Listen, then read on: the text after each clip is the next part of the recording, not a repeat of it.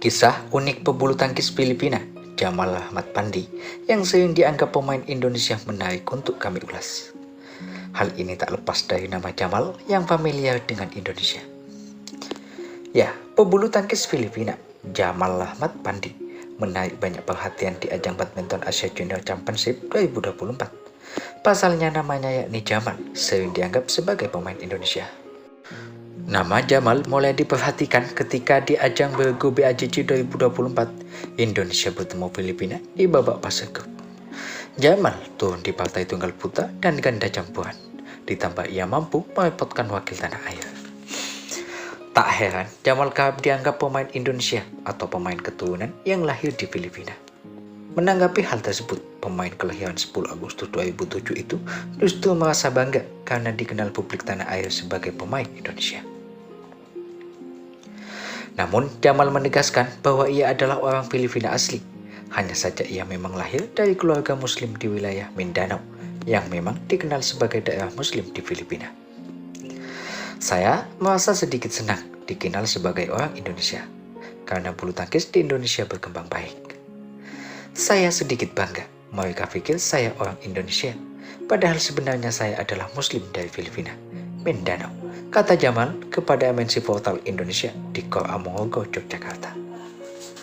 Sebagai seorang muslim, Jamal mengaku lebih nyaman berada di Indonesia, sebab di Indonesia ia bisa lebih banyak menemukan makanan halal ketimbang di Filipina.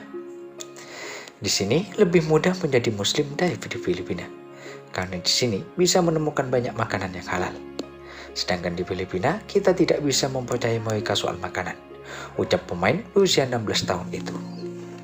Uniknya, Jamal ternyata bisa berbahasa Indonesia dengan cukup fasih.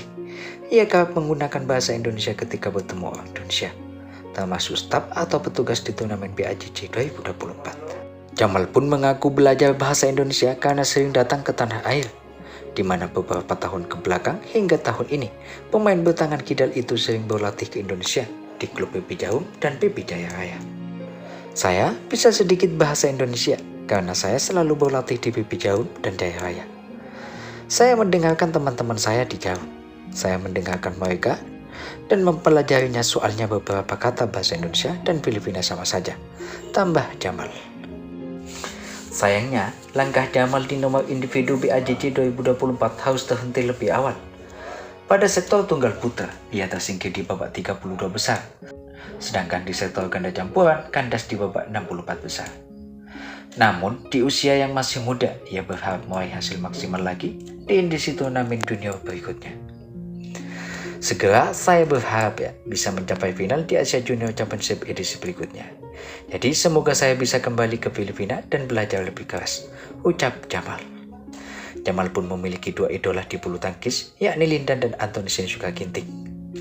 Tanpa ragu, ia menyebut dua nama di atas saat ditanya tentang idolanya. Saya mengidolakan Lindan. Dia adalah idola saya karena mentalnya dia berbeda, terutama ketika dia ingin menang. Kalau dari Indonesia, saya idolakan Ginting. Dia sangat cepat dan kekuatan dia sangat bagus, pungkas Jamal mengakhiri.